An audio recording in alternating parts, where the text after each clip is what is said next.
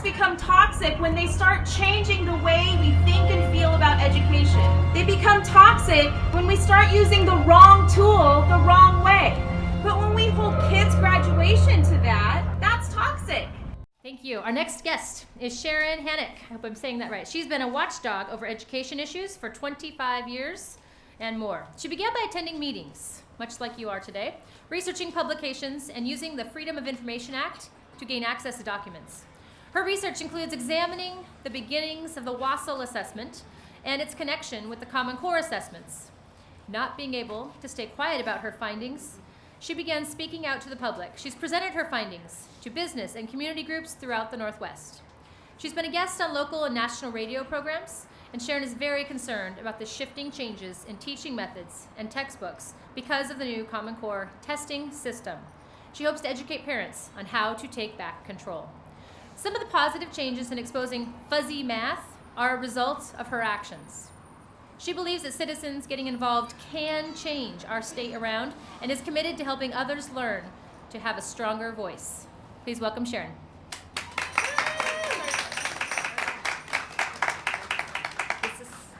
Can you hear me, or do I have to tippy-toe here? Okay, first, I want to thank you all for showing up today. You are showing your strength and strengthening that voice to oppose toxic testing systems that is being forced on our teachers and on our kids. Many of you in the audience are teachers.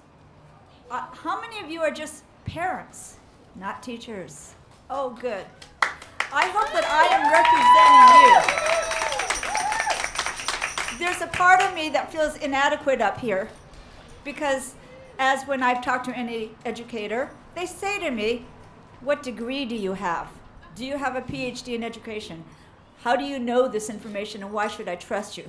Well, I'm here to tell you that I am a 4. So because I am a 4, I am smart. Doesn't matter if I really know anything, but I've been told I am smart because I am the 4. But on the contrary, does that mean that if you are a 1, you are dumb? And that's not true either. We can't be labeled by these numbers. Many of you know that this testing system, there's something funny about it. We wonder, what is it testing? It's not testing knowledge. It's not testing skills, facts, or truth. And we have this top-down government system that is telling us how our children should think and process information. I can tell you, I have 3 children. And I look at my 3 children, and they think differently. I look at my boys, and I say, I don't even understand what you're thinking right now, but as long as you get the answer right, as long as you get the chore done, I'm okay with it.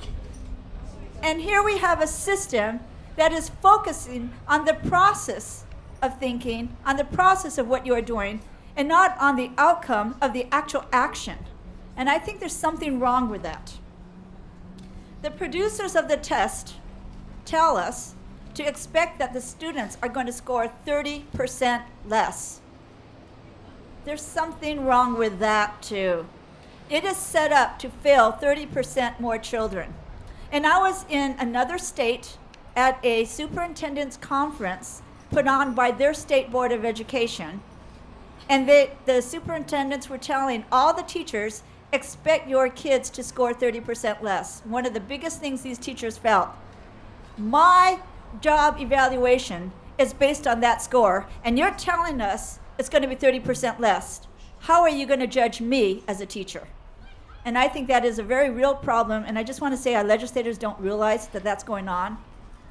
I have a friend that has a student that was one of those students, 7,000 students, that did not pass the high school proficiency exam. Today, he feels like a failure. And I feel so much for my friend, the mother, to try to motivate her son when he sits at home saying, I can't go to college. I can't get a job. I'm a failure because I missed my one part of the high school proficiency exam. It's destroying self-esteem of students. I also want to talk about words have meaning. And one of the words that I keep hearing is this word standardize. When I think about what is really going on with these tests, You have a test that you are told is a standardized test. Yet, it is computer adaptive that depending on how the child answers the question, the next question is going to be different, and no two children are going to be taking the same test. I'm an accountant. In the accounting world, there is something called accountability, and words are meaning, and things are absolutes. So when you have a test that you say is standardized, that means that the test questions will be the same for all students, and therefore we can compare how they answer the questions. That's not what's going on. So how can they say this is a standardized test when it's not? The questions are different for each child. Then the question I have to ask is, what are they standardizing? It is not testing knowledge. It is not testing facts. It's not giving the same questions. Are they standardizing the outcome of what you think and how you look so that all kids are going to be this career and college-ready robot that think a certain way? Well, that's not what I want for my child. We have to keep in mind that when we look at these tests, we use the word test and assessments. Technically, nothing that you see in education literature say that Smarter Balance, that measurement student progress, high school proficiency, or the WASO is a test. It is an assessment. The reason why there is a difference, because tests check to see if a student has learned a certain body of knowledge. The Iowa Test of Basic Skills, the California Test of Basic Skills, the SAT, the ACT test. An assessment is checking to see if the student has reached the right criteria of the standards. Do they comply with the standards? Not, do they know the knowledge? There is a difference in technical jargon that I had to learn as a parent to understand what's going on. The assessment system does not have to test knowledge if the standards are not based on knowledge. The assumption is the standards is the same as knowledge, but when they differ, then you're focusing on the standard and not the knowledge, which is why we're getting all these weird tests, what they call tests, assessments. What can a parent do? Well, one of the things is to consider opting out. And just keep in mind, I could never make my child eat their vegetables. And there is no law that I could ever pass, whether it's in my house or some federal regulation, that says all children must eat their vegetables. There is no law that says all children must take the test. What the law says is that all schools must offer the test. There is a difference. The other difference is that when you take the test, and it has to be offered, that you oftentimes, and we'll wait to see how things play out because we're in the shifting ground right now, they have to offer an alternative to the test. Usually it's some kind of portfolio. The reason why is because the tests that we are seeing, the assessments we are seeing, whether it is a high school proficiency or a Smarter Balance, is not valid and reliable. That is one question you can always ask. I do not want to let my child take a test until you prove to me it is a valid and reliable test.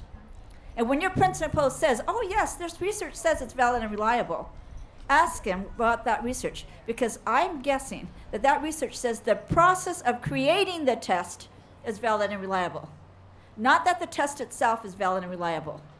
I have seen and read the contract between the Federal Department of Education and Smarter Balance Consortium. I know that with everything in that contract, it is on a brand new platform, brand new computer programming that has never, ever, ever been tried before.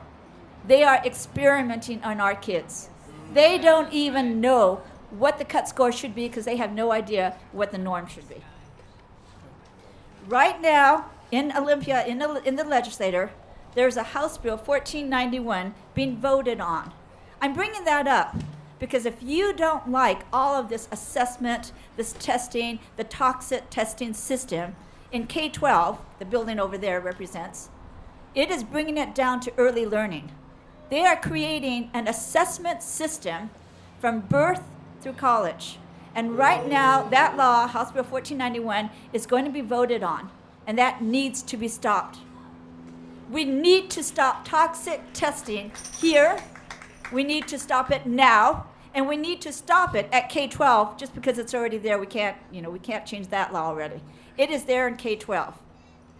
But we need to move forward and say that it's time to take back control for our parents and for our teachers.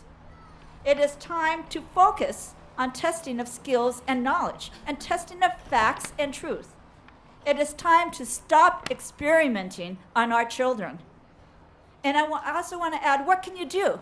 Well, I believe there are 3 steps to being an active parent or an active teacher, and I really commend all the BATS teachers that are here right now and all the other teachers and parents. The first thing you need to do is to get informed and share your information. From what you've come out with the rally here, share this information to others. We have to grow that grassroots base. Second, every one of us has a role. We can make phone calls, we can email. We can email our school board members, our leaders, and our legislators. Let them know what you think and how you feel. Thirdly, for those of us who can have the time, go down to Olympia, visit with your legislators. They're the ones that can make this difference for us, but they can only do it when we can show them that we are a powerful base. Thank you so much.